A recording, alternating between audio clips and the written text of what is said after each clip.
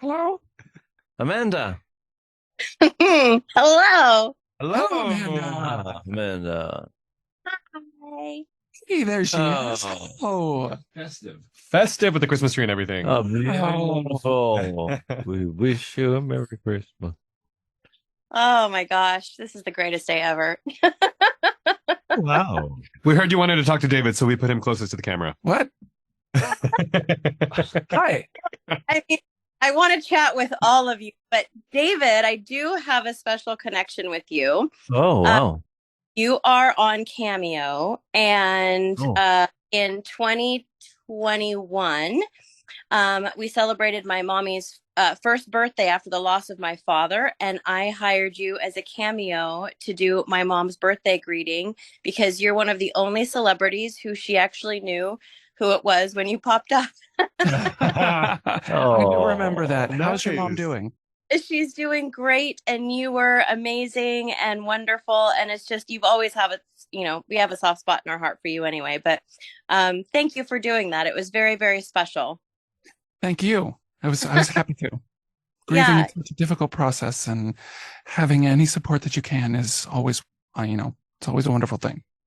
it is. And you guys, you do that for all of us with your voices and your music. And I have been a fan of yours for a very long time.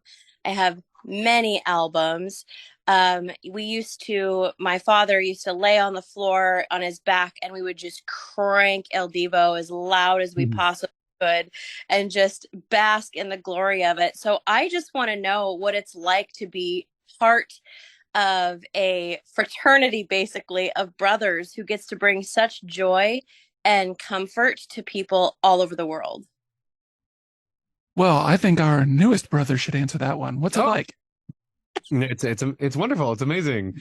I came into this group during a really difficult time, and it was everyone was just in shock. Everyone was grieving. Everyone was mourning, and I think that brought us close really quickly. It definitely brought them close. The three of them who had been together for 20 years, and then I come into the situation, and then we just start, singing together, making music together, and what was interesting about the process is that I think that people, or I don't know, maybe they didn't, but I think we thought it would take more time to gel than it did, and there was a really fast learning curve on my part. Learning to sing with a mic, learning to sing with a sound system, and learning to be part of a group. Coming from being a soloist, and yeah, it was we just gelled quickly, and we listened to each other so well, and we know each other so well that we go into every performance, and I don't go in with nerves at all at this point, and we go in and we just make music, and we try to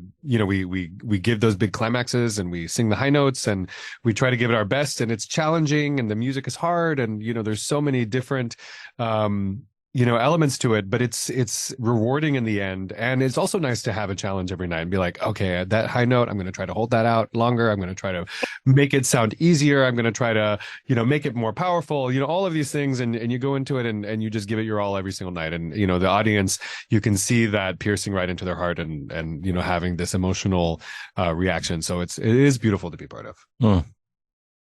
And Sebastian, what is it about Christmas music that makes it that much more meaningful? I mean, why is it that I can be listening to any kind of music, and then the second the Christmas music comes on, I just start weeping? And it's not like a sad thing. It's not like I'm depressed. It's just like it gets you. I don't know what it is. Yeah, it's a great question. Well, I think it's about memories, I mean, as a child, I think we're all grew up with some Christmas songs, and maybe it reminds us of the time of being together as a family, or having this innocence that Father Christmas is going to come down to the chimney, through the chimney. So I think there's a lot of like those wonderful memories. I personally love it also because it just reminds me of getting together, spending time with my cousins back then, and being excited about the presents that we were going to get. Did Father Christmas get the list? And as we get older, for me, having children is seeing that innocence back again in their eyes, or, the festivities, the getting ready, the music, the hot chocolate, the ice skating, or whatever that it means to each and every one of us. to me is a wonderful time of the year, as we sing in our show. I love that period of time, and all the Christmas lights here. We're in New York. It's so beautiful. It's stunning. Wow.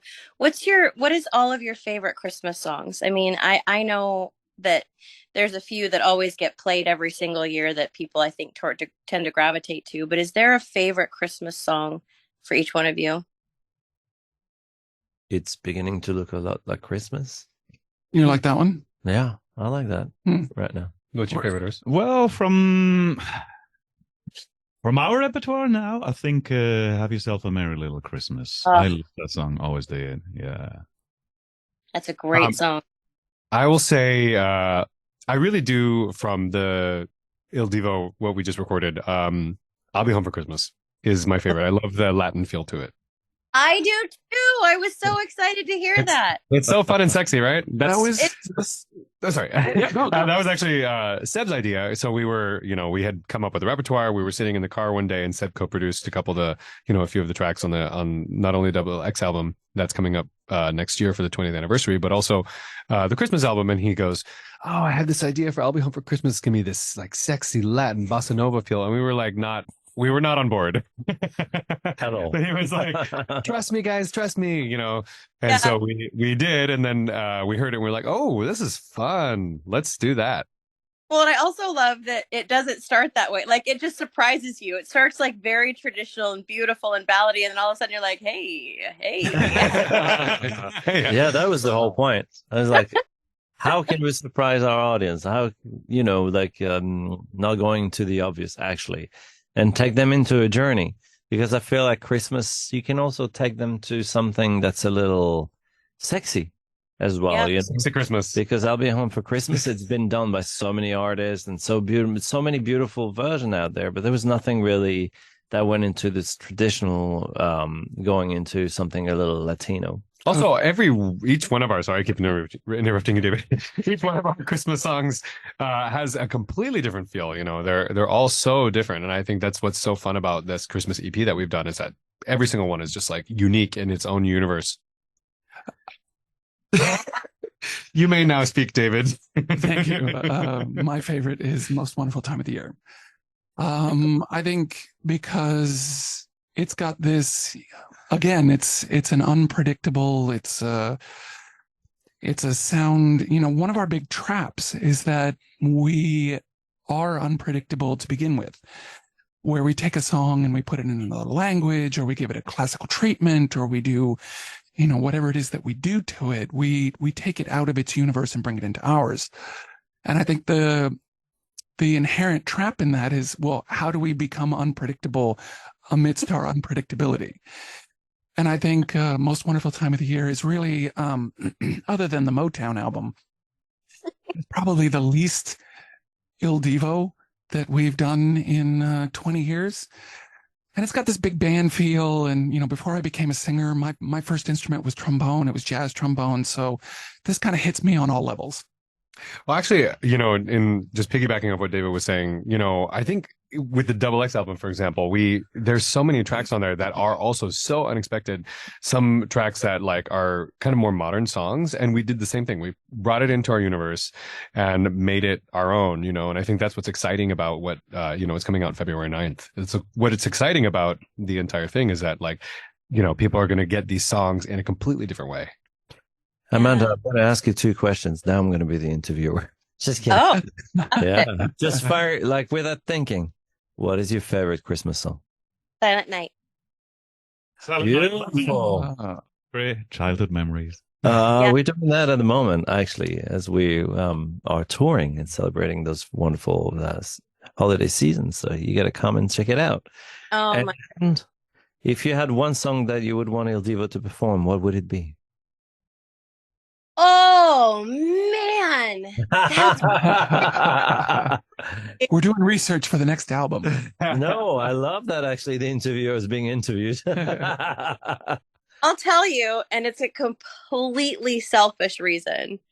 Oh, I would love for you to cover Amanda by Boston. Okay. I have no idea what is Amanda. That's why you would want that. It's weird, right? What is Amanda from Boston? What It's a is? song. Yeah. It's- Well, can you? Yeah. I'm gonna take you as a prize and make you realize, Amanda. Oh, I don't know this song. Right. Yeah, you're far too young for that. Yeah, no. Okay, we'll check it out, Amanda. Yeah. Yeah, a lot of opportunity for harmonies in that. Yeah, that'd be a good So one. many, so many harmonies. Yeah, Oh yeah. it's a And great if one. you come sit with you guys as your inspiration, I mean, I could be swayed to come hang out with you for the day. Wow. Thank you very much for that offer. Looking We'll into the next consider it. album, 2026. Yeah. You guys could totally do a rock album in Il Divo style, and I think it would be absolutely epic. Because if you listen to these like ballads of the 80s and all that kind of stuff, I mean, harmony is super strong in that. And that is what is so amazing about you guys, is how tight your harmonies are. And I think that putting a totally different spin on it, oh my God, I would now my back in my Don't mention it. I've been wanting to do this for 20 years. I just always wonder, because I am a rocker at heart, I always wonder if it would really translate to our audience. Oh, yeah, we What could. you just said. I mean, one of the songs we thought forever we should cover is Still Loving You by the Scorpions. Can you imagine that? You know, but I don't know if it would be right for our audience, but there are so many great rock ballads out there, which would but be don't forget, tailor-made for us. yeah. Well, and then there's getting a new generation of people, because I mean, 80s is my jam. That's my music. That's when Yeah. music was amazing. And if I was able to, like, hey guys, check out all of these 80s songs that we know reimagined, because people would be like, they've blown my mind. Nice. Love it. All good Yeah. ideas. Great. But Gen Z are they into 80s are back. 80s? And Oh. actually, we have a track from our new Double X album that is very 80s, and I think that everyone is going to love it. Mhm. What is it? Can you tell me? I think that the set list Can we- is out, to be Yeah, honest. yes, we can. Yeah. Because, What is- yeah. The set list is out. It's Yeah. yeah, it's on It's, Apple Music. It's yeah. there. It's The Power of Love by Jennifer Rush. Oh my God. Yep. Yeah.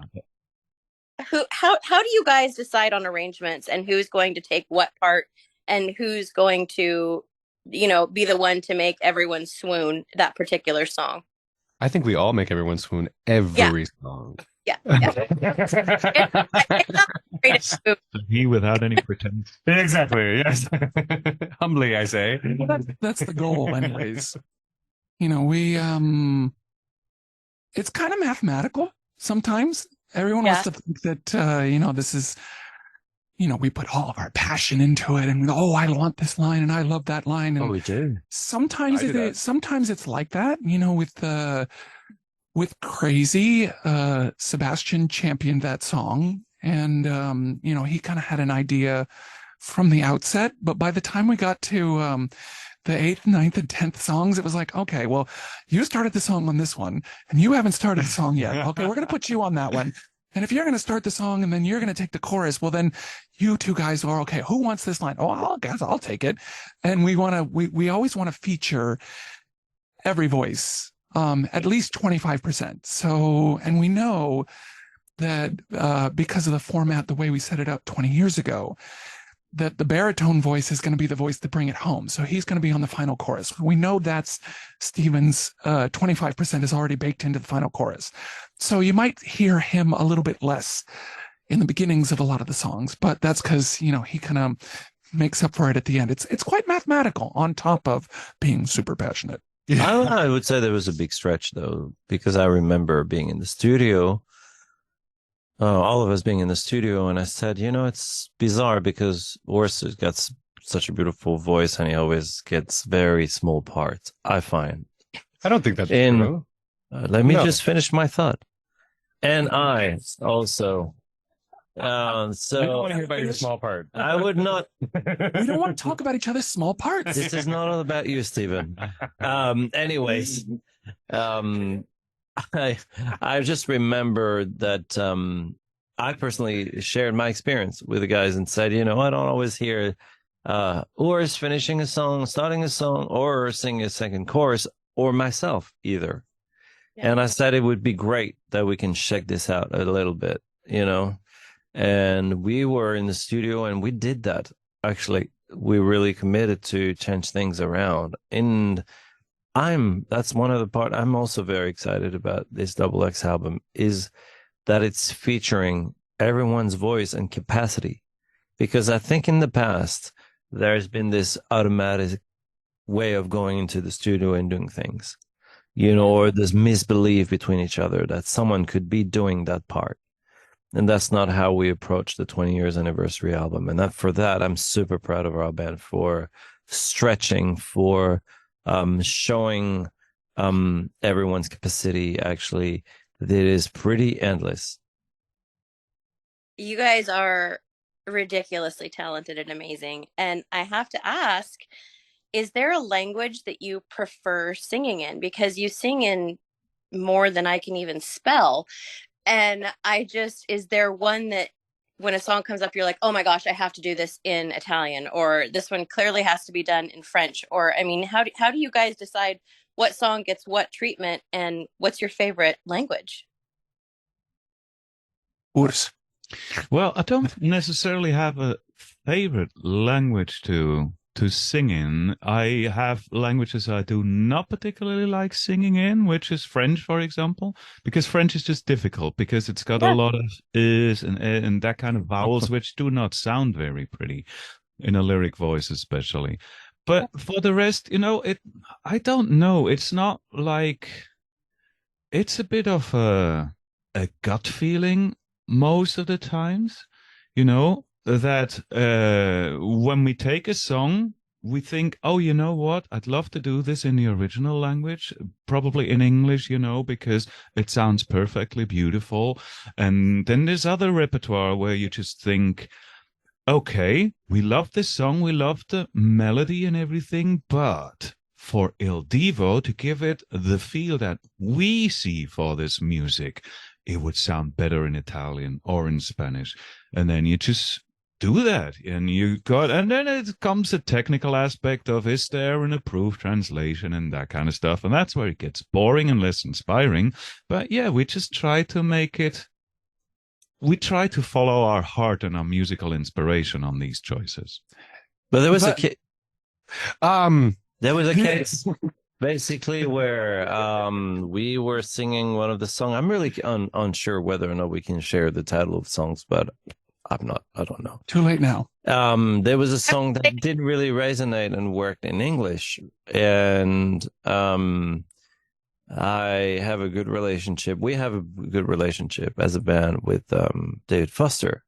And we approached him and said, hey, we want to do this song, but we need an adaptation to the song. And that was not existing. And then Urs did a translation to the English lyrics in Spanish.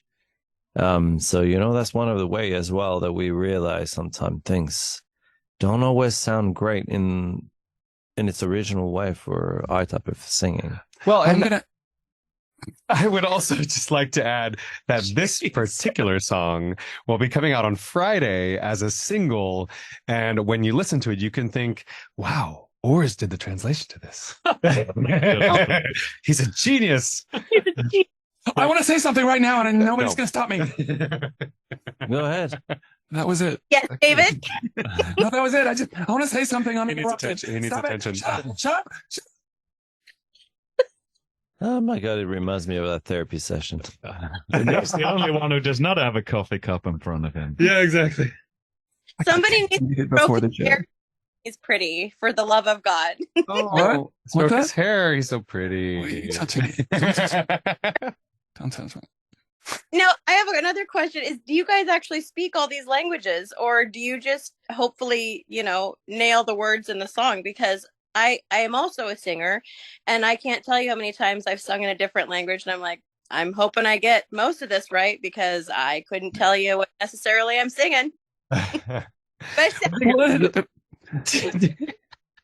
Wow. I think that, as the classical singers, we studied, I studied in Italy. My mother's Mexican. I grew up speaking Spanish until I was about 5 or 6, and then we switched to English. So it's definitely in my ear, in my mind.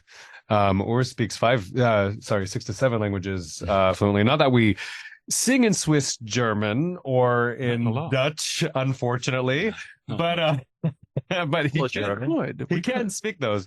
And David is super well versed in Japanese, and it's fun actually, because we go to Japan and David does a whole show in Japanese, and it's like perfect and expressive, and Seb does the whole show in Japanese as well, and it's his own version of Japanese, which is beautiful and charming in its own way.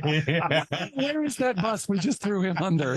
No, it's just the most adorable thing.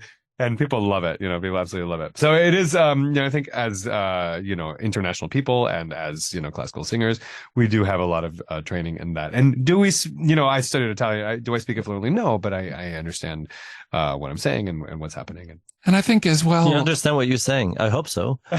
I think as well, there are only so many different ways in all the languages that you can say, I love you, I miss you, where are you? My heart bleeds for you, blah, blah, blah. And I think we've covered all of them in our 20 years together. So we have kind of this lexicon across all the languages that we know what we're talking about. Well, je t'aime, te amo. I love you. You guys are amazing. I can't believe I get to chat with you this morning. And thank you so much for this Christmas EP. It's gorgeous. Thank you. Wait to hear more from you, and I can't wait to hear you cover Amanda. Oh yes, Amanda. Also, keep your ears and your eyes out for February 9th, which is going to be the release of the Il Divo XX album, and this Friday when we're going to be releasing that next single. I love it. You guys are awesome. Thank you so much. Give each other great big hugs for me, okay? Will do. Happy holidays. Thank you very much, Amanda. Ooh, we've already started. Yeah, I can die now. Fine.